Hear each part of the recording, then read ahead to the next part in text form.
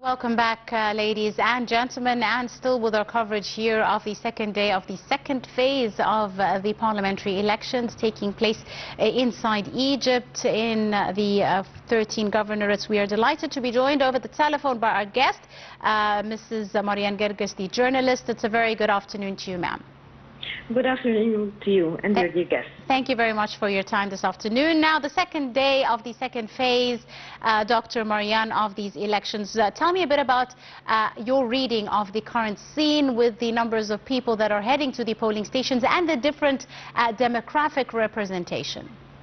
Yes, actually, I'm very proud of this participation, yes. And I think these numbers are increasing after the message of President Abdel Fattah al-Sisi after the first phase, when he assured Egyptians, either abroad or inside, that everything in the electoral process is going fine and under the oversight of the National Elections Authority. Let me say that the parliamentary election is a very important thing that plays a crucial role in shaping the country's political landscape. Yes. Actually, we determine by our own hands and our own pens the representatives who will form the legislative body and influence the national policy in the upcoming 5 years. It's a very important and the central component of the political scene. Actually, we are drawing the political scene by casting our ballots and voting through this electoral process, and all the thanks and the praise to the Egyptian state for all the logistic preparation and all this organization, and even the electoral atmosphere is being changed from year to year, and it's being more mature than the previous phase, I mean. Indeed. So we are aiming at fair and transparent elections, essential for strengthening the democratic institutions and, of course, promoting the accountability. Indeed. Now, Dr. Marian, we are receiving reports, of course, throughout the day and coverage from our correspondents, and many of them have reported that they've witnessed a lot of women lining up and queuing to go cast their ballots, as well as the elderly as well, and their presence has indeed been felt as they practice their right and their constitutional duty, really, to vote. How do you see women's representation in this round? Yes, as you say, this is a constitutional duty and it's a national duty in the yes. first place. So all of us, we have to share. But for the women, we have to stop here and say that this is the golden era for the Egyptian woman to share in the political life. And we are seeing a significant growth in the percentage of women in either in the governmental cabinets or in the parliament. In the 2020 parliament, there are 27% of the women in the parliament. And all this constitutional changes is being made for the women. And I always say that when women sharing in the political life, it's not the benefit for the Egyptian woman only, it's also enriching the Egyptian vision 2030, and it's enriching the decision. We can make a very rich and a very mature decision by sharing the women and the youth in the political life. And of course, they are supported by legislative and constitutional changes. And let me take you back to the parliament of 2012. We were seeing misery in the share of the women. As you know, there were only 10 seats in the parliament of the Muslim Brotherhood in 2012 for the women. And of course, as I said, it was misery, and it was undermining to the democracy and to the share of the women.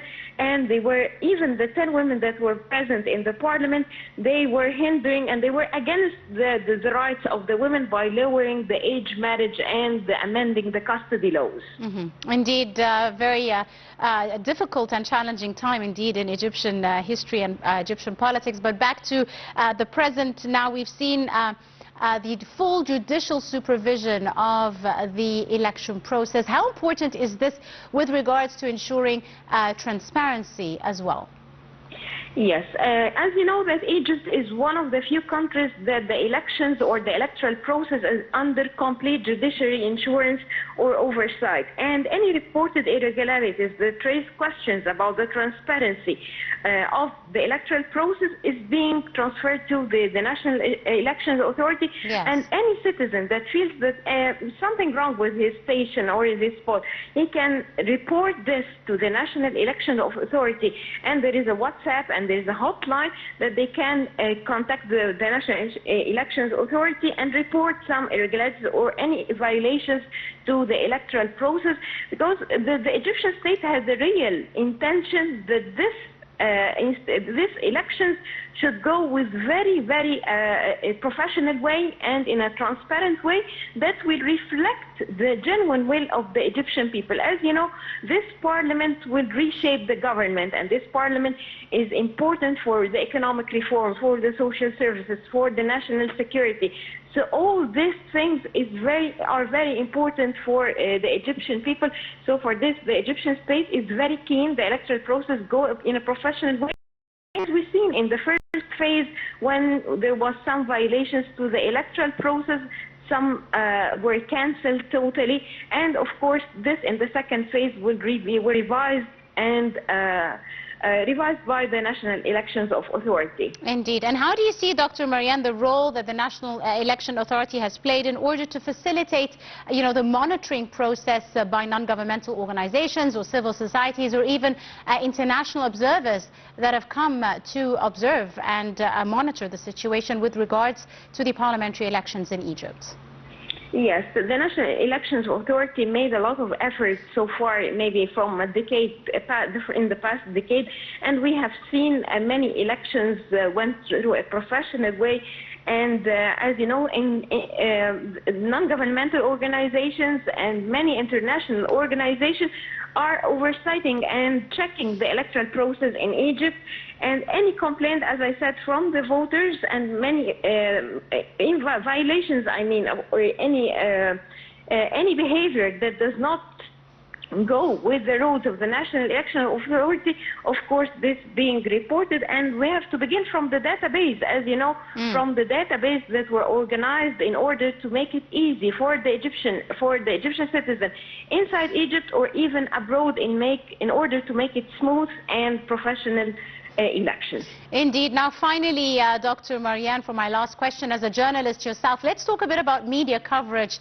How do you see national media coverage as well as international media coverage that have tackled the second day of the second phase of the parliamentary elections inside Egypt? Yes, of course, media is a very important, I call it the soft power, yes, that it can draw the scene for all those who didn't share, and even the citizen that didn't share till now, he can see that all these numbers and all this and the people in old age going to cast their ballots. So I think the media has a very important role either inside Egypt to encourage all those who didn't participate in the elections, or even those who are abroad, and even to see how the Egyptian state, how the leadership are dealing and giving importance to the electoral process. President Abdel Fattah Sisi yesterday, he casted his ballot, and of course when these scenes are seen from Egyptians abroad, it gives them the assurance that they have to share and to be very calm and feel safe during sharing and giving their votes.